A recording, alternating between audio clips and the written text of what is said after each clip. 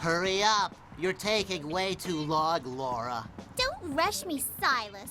I can do this without your help. Hey, Marinette. What are you two scheming up, as usual? Hey, Frederick. We're thinking of some pranks we can pull on those kids who live down the street from us. Hey, great idea! How did your foamy brains ever think of that? Obviously, because we're so much smarter than you. No, you're not. Ha! If you're so smart, why don't you come up with a brilliant idea yourself? We should find something that really scares them and use that against them. We should get the rest of our gang here to help us. Now that you mention it, I know for a fact that the girl, what's-her-face Lisa, is terrified of spiders. I know of a great plan that will wreak havoc and tear them apart. Hey, guys, I know of a great plan that will be productive and bring us all together.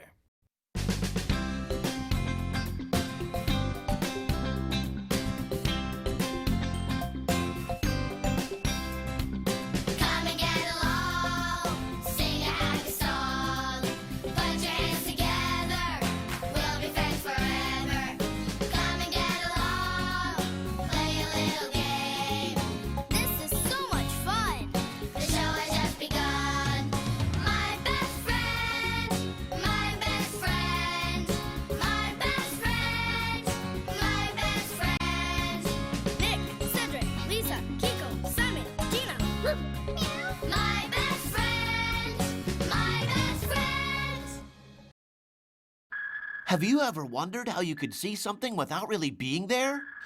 And I'm not talking about a video recording. Well, if you ever happen to be underwater in a submarine and need to look at the surface, this device will certainly come in handy.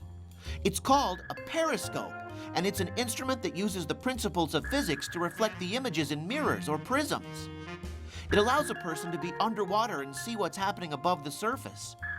Now, you may be thinking this is complicated and expensive machinery. But if you watch carefully, you will see how you can build one in a very fun and simple way, and also learn a little bit more about physics. Just remember to ask for the help of an adult. Now, here is what you will need. You'll need tape, a utility knife, 2 pieces of mirror, and an empty carton of juice or milk. Draw 2 squares on opposing sides of the box like this. These will be the holes for the periscope. When using the utility knife, be sure to ask for the help of an adult. Now, when cutting the square, make sure to leave one side intact. This will be the placeholder for the mirror and will provide a 45-degree angle to make the periscope work.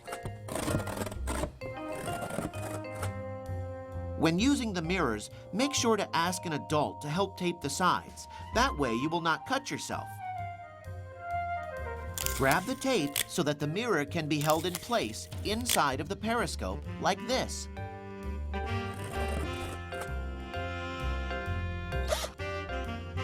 When you're done with that, make sure to tape your other mirror on the opposing side of the box. After this project is done, you can go outside and play with your family and friends, or even pretend to be in a submarine. Now here's an interesting fact. Periscopes were used during wars to observe enemy movement over the top of trenches. By building your own periscope, now you can see the world from a different angle, 2 45-degree angles. That's a great idea, Cedric. We could set up tents out in the backyard, so it's just like we're camping. That way we are close to our parents and can still experience the great outdoors. I know. That's exactly what I said a few minutes ago, Gina. Thanks for the recap. As I was saying, we could also sit around the fire and tell stories and sing. Lest we forget the infamous debacle from a few weeks ago. Better safe than sorry, I guess. What are we talking about again? The power outage? Are you okay, Kiko? You've seemed so preoccupied the entire day. No, I'm fine. Okay, if you insist. Anyway, as I was saying, since we had a little termite problem a few weeks ago, we want to make sure that this tree is sturdy enough for this house. So Lisa figured we should get an inspector to check out the tree and the actual tree house. That's true, Nick. Since the treehouse will be going through a little checkup, we would have to meet somewhere else. You know, Gina, Simon and I were talking, and we had the idea of camping in my backyard. That's a great idea, Cedric. You didn't really explain what you had in mind. Yeah, Nick, I have a tendency to say, hey, I have a great idea, and then not explain it right away. Come on, just think. When was the last time we just relaxed and didn't rely so much on our toys and gadgets? I feel like we did that just last week, with the power outage and all. But that was a little different. This time we are choosing to unplug. I can't wait for our little camping adventure. I can already think of a snack we can put together. It would be fun. Nobody could bother us here in our backyard. Okay, I'll take care of getting the tents. I have some old sheets we could use. But first, let's go ask your parents' permission, Cedric, and see if they can help us. Yeah. Sounds good.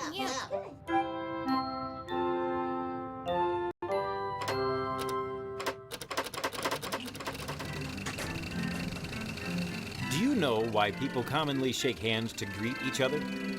Think about that, and we'll be back with an answer. I'm back with a new recipe. It is something you can eat using your hands. I will need the help of my trusty machine, which will show you how many hands are necessary to make this wonderful pizza. If you watch carefully, you might discover a way to make it with only your hands and the hands of an adult.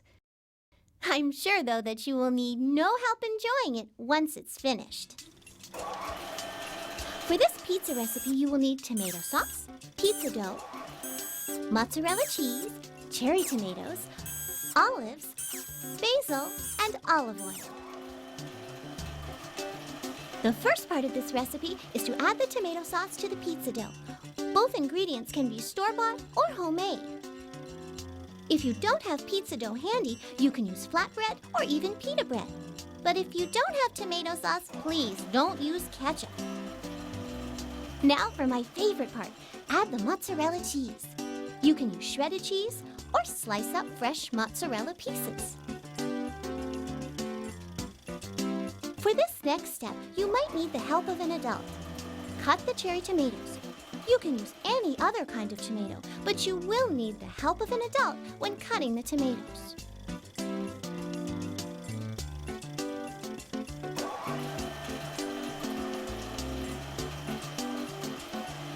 It wouldn't be a great pizza without basil. Make sure that the basil is fresh. And since basil leaves are herbs, feel free to splurge because they are good for you. Next, add the olive and olive oil. Now here's a fun fact. The olive branch is known as a sign of peace. This is probably because of the long time that it takes for the olive to be ready for harvest. When your pizza is ready, it's time to put it in the oven. Ask an adult to place the pizza on a pizza cooking sheet and place in a preheated oven of 350 degrees. Let your pizza bake for about 20 minutes or until the dough rises and is golden and the cheese is melted. Your pizza is ready. You can even get creative and make different patterns and designs for your pizza. But the most important part is to have fun and, of course, enjoy your pizza.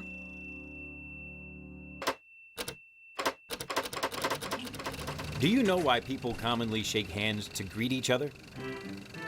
It's because centuries ago, it was done to demonstrate that both people were not hiding weapons. So it is known today as a friendly greeting.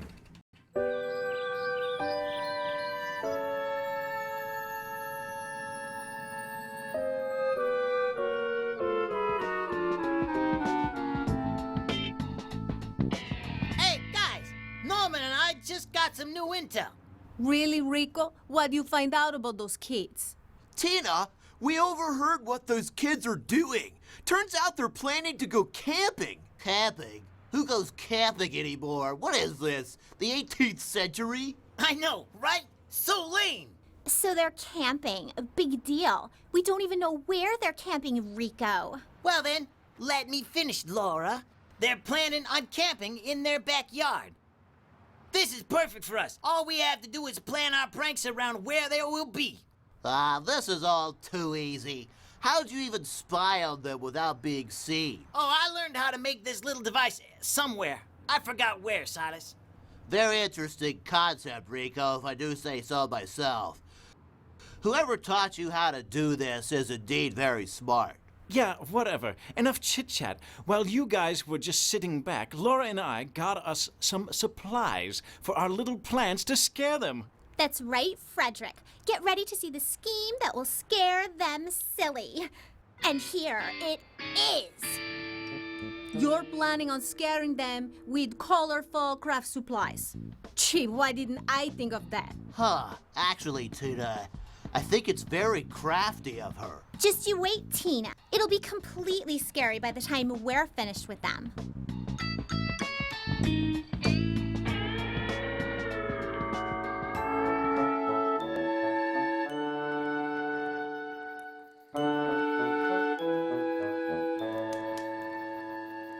What's wrong, Kiko? You seem down today.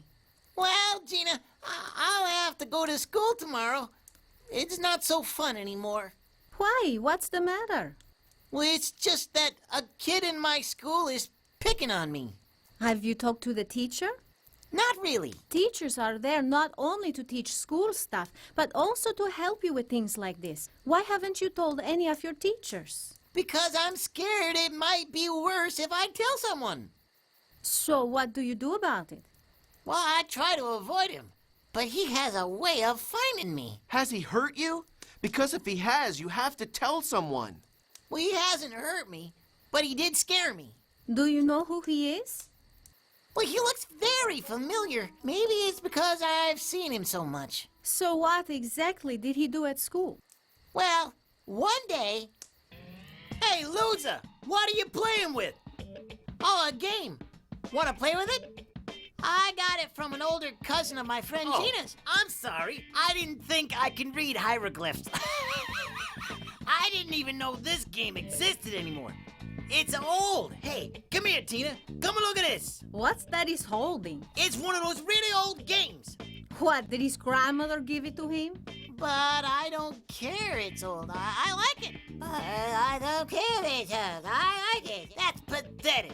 Why don't you have a newer game that you can actually check the internet with? My parents don't want to buy it for me. Besides, I like to have it around. Let's see how much you like it to not have it around. Oh. Well, Kiko, I think I have a story that might help you with your problem. Lisa, Cedric, will you help me tell the story? Okay, hold on tight. We've got to get some things. We'll be right back. Petra, a city in Jordan, is a city all carved in rock. Founded by the Nabateans in 312 BC, Petra was like a modern-day New York City. It was an important commercial center with an impressive water conduit system. At the turn of the 3rd century, Arab tribes took over the region and Petra lost its status as an important commercial city. The complete decline came in the year 551 when an earthquake destroyed the city. However, the city of Petra was forgotten for many years.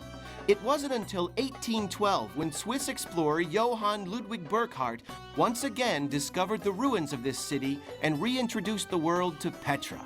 In July 2007, Petra was chosen as one of the new 7 wonders of the world. There once was a rich king in a palace. The palace was as ornate as a Christmas tree. The palace had small doors and narrow windows, since the king did not like visitors or onlookers. He ate all day, had several feasts, and grew as plump as a watermelon. He was very greedy and had no friends. He had, however, many demands. Shine my shoes. He screamed to his servants. Bring me truffles. He demanded. I want sweets from all over the world. Who put this single-digit bed sheets on my bed? I demand 800 count. I will not tolerate peasants' cloth. One day, a pauper, as thin as a fishing rod, looking through the narrow window, called upon the king.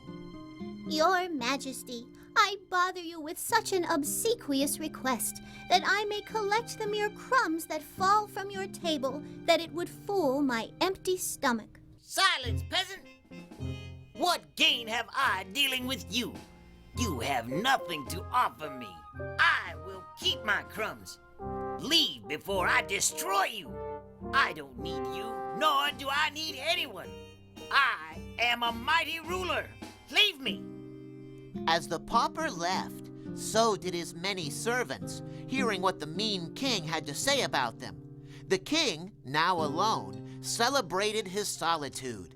But in celebrating, he realized how much he needs people. As he attempted to exit his palace to go down to the village, he got stuck on his narrow gate. The king yelled and yelled and yelled. The whole kingdom heard the king, but no one would help the person who once hurt their feelings. The kindly pauper, however, decided that the best way to win against a bully is to show them kindness. The pauper ran toward the echoing voice, climbed in through a narrow window, and helped the king from his embarrassing conundrum. Then the king gratefully said, Never have I witnessed such kindness, or such a humongous spider. Wait, I don't remember the king having a spider. Hey, it's fake. You guys, did you do this? No. We were sitting here watching the entire time. Now I'm confused. How did the pauper even help get the king out? I have so many unanswered questions. Was the spider part of the plot? It's not funny to scare people with a fake spider. But we didn't do it, Lisa. So who did it? I don't know, Gina. but I would guess by the sound of running laughter that the weird-looking kids from the other block did this. First they take my game, now they're ruining our camping day. That is sad. I can't believe those kids would waste time just to make us feel upset. Why do they keep picking on us? We're so likable. That's hard to say. Maybe it's because they are older and think they can show power by acting mean. Some people think it's fun to provoke others. When it's clearly not. It's very easy for them to pick on kids smaller than they are. What are we going to do? Violence only begets violence. Some bullies pick on kids just to see them cry or scream or just to make them feel bad. I wasn't able to finish the story, but the point remains. The best way to deal with adversity is to treat them with the compassion and respect that you would have liked to have been treated with.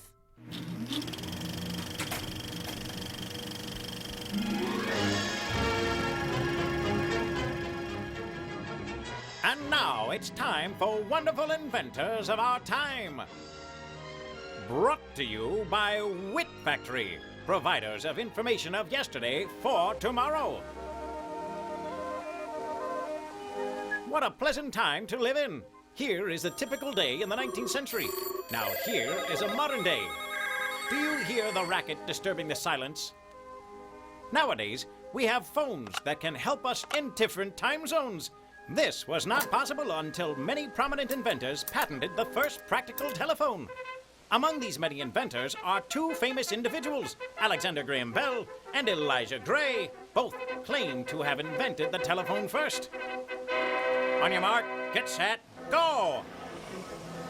Both Alexander Graham Bell and Elijah Gray rushed to the patent office to claim the rights for the patent to the telephone. It was a close one, but even though they both tried hard, Alexander Graham Bell got the rights and is today famous for inventing the telephone. To this day, no one can say for sure who exactly was the first person to invent the telephone. However, it is no debate that the telephone is one of the most significant inventions of recent times, an invention that everyone can use. But have you ever lay awake at night, confused, puzzled, bewildered, even perplexed, wondering how a telephone works? It's simple. Your voice is captured on the mouthpiece and transformed into electric energy. This energy travels through cables and wires and is transformed into sound again by your telephone. So the next time you use a telephone, get annoyed by a phone ringing, or wait anxiously for a phone call, remember that the telephone lines, which are made up for a global network, are what still connect us. even when using the most modern communication system, the Internet. The preceding message was brought to you by... WIT, wonderful inventors of our time. So, Simon, if you think we should be nice to the bullies, how are we going to approach them? Yeah, I mean, Nick is right. Should we just go on over to their houses and face them head on? You've seen what they've done to us, even without us doing anything to them in the first place. How do we know this will make it any better? You never know, Cedric. I guess there's only one way to find out. We just need to find a way to show them that we are not hateful toward them. I know. I think I might have a way of showing him just that. Maybe it'll work. I mean, it worked for the pauper in the story. What do I have to lose? It's not like I have an extra video game that they can take away.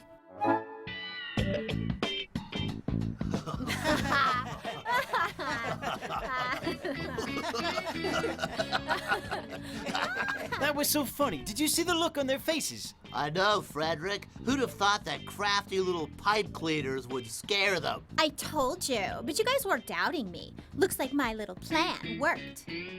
Well, I never doubted you for a second, Laura. But it's Rico we should thank. Without him, we never would have found out that they'd be camping. Yeah, I guess. You've been acting strange today, Rico. When we were pulling the prank on them, it's like you weren't even enjoying seeing them squirm. Well, Norman, if he feels down, it's up to him to make himself feel better. There's nothing we can do. Just leave him alone. Yeah, I guess that would be best, Silas. Whatever, I have to go home anyway. Feel better, I guess.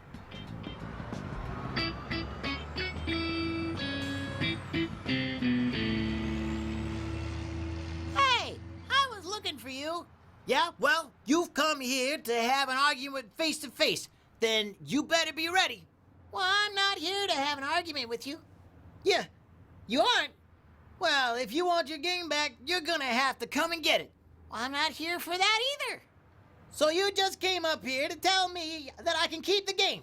Hey, thanks.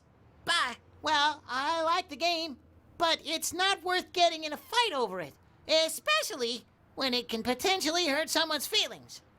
Big deal. My friends hurt my feelings all the time, and you don't see me whimpering all alone in a corner. Well, it certainly looked that way when I saw you all alone here. If your friends hurt your feelings, then they're not your friends. My friends are just joking around. Besides, it's not up to them to make me feel better. It's not a big deal. But it is a big deal when they're the ones who are making you feel bad in the first place. Listen, the way you treated me really hurt me. We all get hurt. You just have to learn to live with it. Well, why do you not talk to your friends about things? They'll just make fun of me. There's no use. They really only care about themselves. I think you need to think about who you surround yourself with and how your actions affect those around you. All right, well, I can't promise you anything, but since you were nice to me, I'll give you your game back this one time. Oh, thanks. You know, if you just asked me to play with it, I would have let you borrow it. Really? Okay.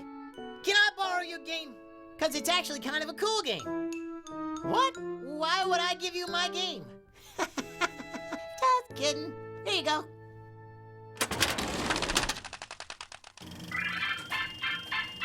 Can you unscramble this word? The answer is coming soon.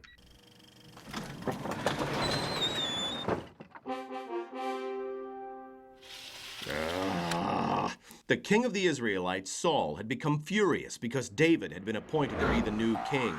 Hip, hip, hooray! Hip, hip, hooray! Hip, hip, hooray! So Saul and his men went after David. After some days of searching, Saul decided to go into a cave. He then fell asleep on a rock. Inside the cave, David was hiding with his men. They encouraged David to kill his enemy, Saul. But David decided only to cut a piece of Saul's robe without him knowing and spare his life. But then David regretted even having cut a piece of the cape. "The Lord forbid that I should do this thing unto my master." David told his men not to attack Saul, and they didn't.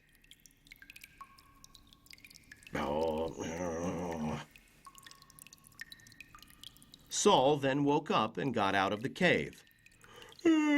Well, that was an uneventful nap. Saul got out of the cave, and David went after him, saying, "Some of my men told me to kill you, but I spared you. If you look, I have a piece of your cape in my hand. I cut it from your clothes, but did not strike you." "What? I hadn't even noticed. May the Lord reward you for what you did today. I know you will be king of Israel one day." And David went on to be king one day. The end. So, were you able to unscramble the letters? Then here's the reveal. Peace.